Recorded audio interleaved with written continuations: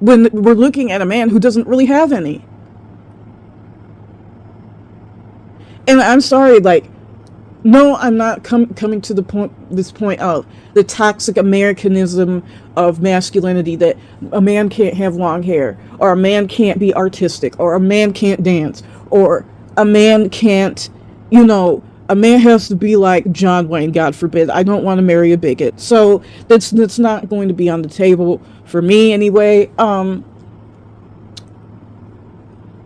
That I don't believe John Wayne is the only form of manliness that he needs to go around guns a-blazing and be this weird caricature, really, of a very misogynistic,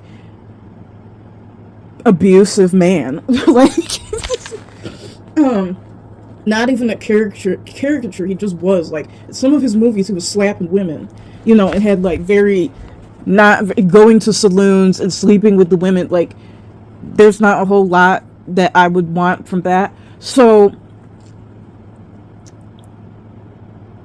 and if you actually read a history book, a lot of those women were just treated horribly, horrifically by men. They were basically sex slaves, and women who that's how they had to pay, how to make money to live. If we want to talk about that, but you'll watch John Wayne though. But okay, and those types of movies and whatever.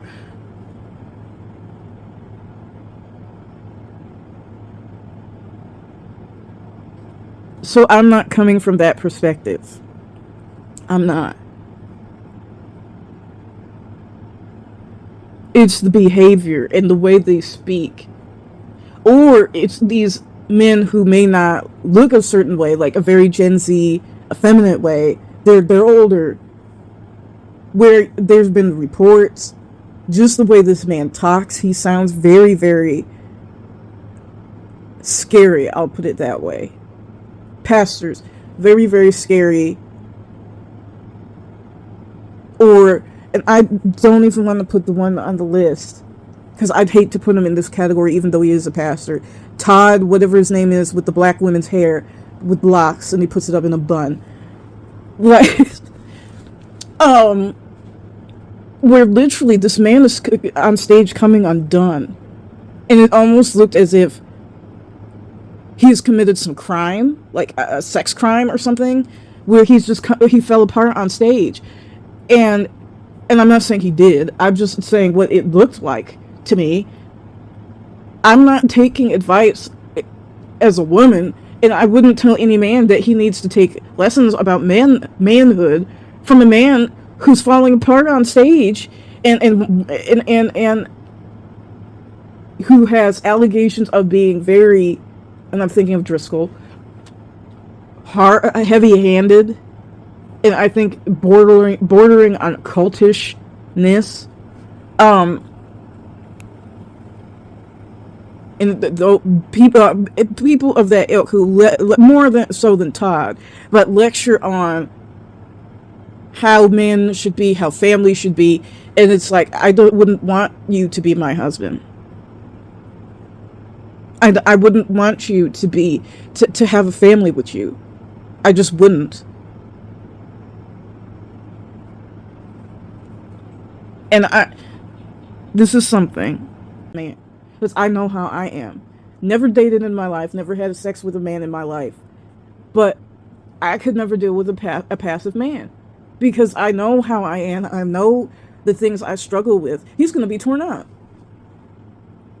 He's going to be spoken to in ways, he's going to be just dealt with, and it's not going to work. I can't do, now a woman who's less in a way that I am, she might need a softer guy, because she's a lot softer. I'm not a soft woman. I'm not. I can be feminine, but I'm not a soft guy, a soft woman. I need a tougher guy. And I don't know why in the homes of Christendom, all men are just told to be these weak, lily-livered pantyweights. Because it's not going to work for every woman. It's just not. It's not like when I turn on these Christian YouTubes and whatever, I don't see not a man that I would want. And I know he's going to be chewed up and spit out if in my household. And I like not being told what to do. Let's just say it that way.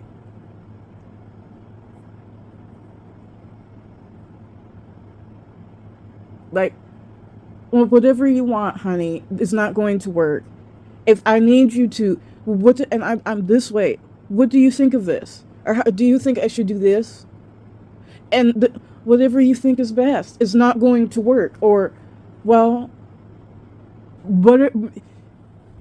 No. If you see something, it's, well, have you thought of doing it this way? Oh, that's a good idea. That's what I would say. I mean, what you're doing or what, that's not going to work.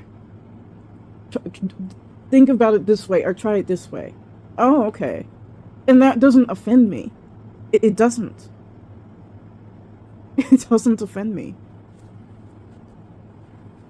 And coming and fixing my problem or calming down a panic attack, well, not a panic attack, because that's when I catastrophize things and can't think clearly. If you're not going to be that type of way, then you're not of any use to me. But they're all raising their sons in one way, and all boys need to be this way, and or men need to be this way. Not understanding every woman doesn't need a soft husband. Yes, if there's a woman who grew up in abuse, yeah, she's going to need a softer guy. If she's a softer woman herself, yeah, she doesn't need a certain type of guy. Some women might need a man who's a certain way, and it wasn't the Marines and knows how to, guide people in a certain way. And there's nothing wrong with that. That doesn't make it abusive. Certainly not to that woman.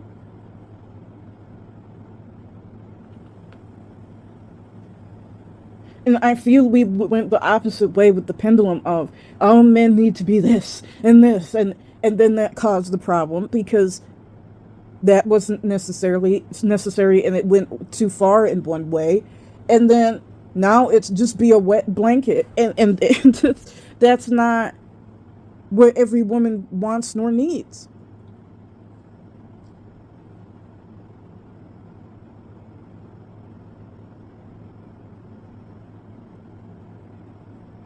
Anyway, getting back to the point.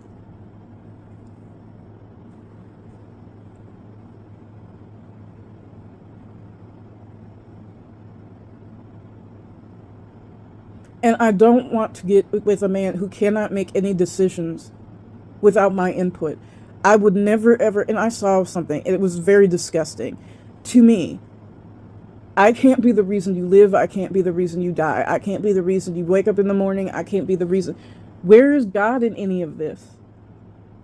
I even and I understand. I sort of understand. I'm not married, but yes, your spouse's opinion of you matters greatly. But why does my husband have no self? It was a Christian Instagram where she said, "I can my words and my opinions of him. He breaks by them."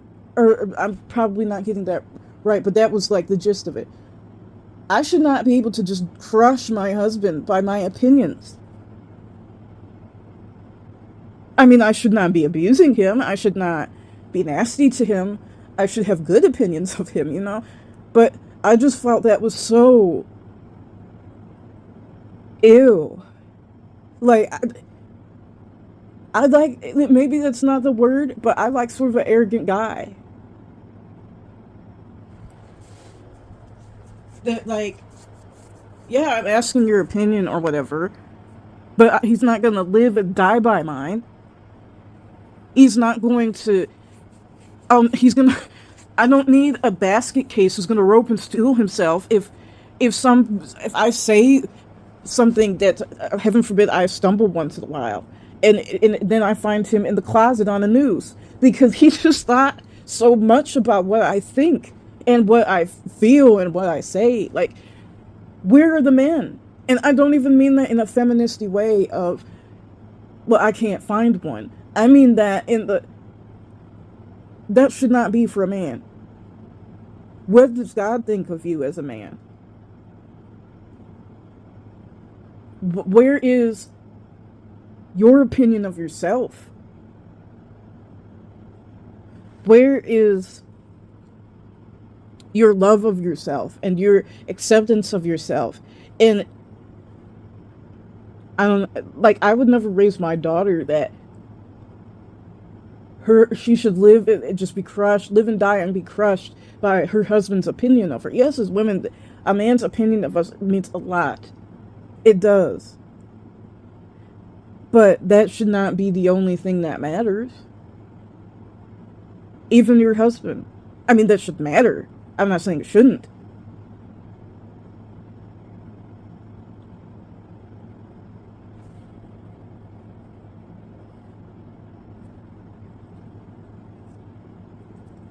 I don't know. It's just when I grew up and the men, I understood why women looked for non-Christian men and most time married non-Christian men.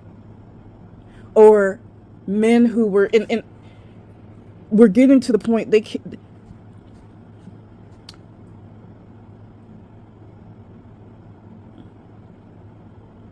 that's the name I was looking for. And all I could think was Muslim, and that was not it. Moses wasn't perfect. And a lot of the times these men knew of Christianity the way, but they didn't have like that personal relationship with God yet until much later. Find you a guy who knows of God and at least can, I believe you can honor God's ways and have morality and follow Christian ways because it's just the way you were raised. That would have enough influence without, you know, you're just without the full walking in it part, which is most likely going to come later.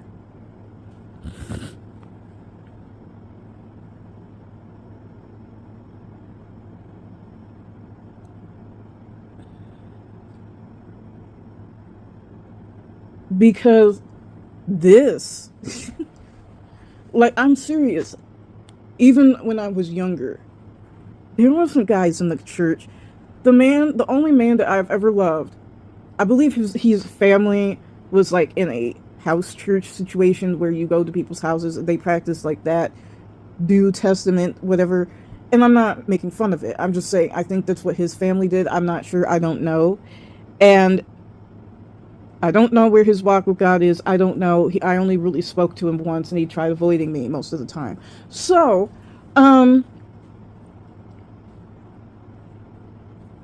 he was. I'm just saying, whatever it was that attracted me to him was not that he could just quote a bunch of scripture and was very pastorly and all of these things. He was good looking. He still is. And yeah.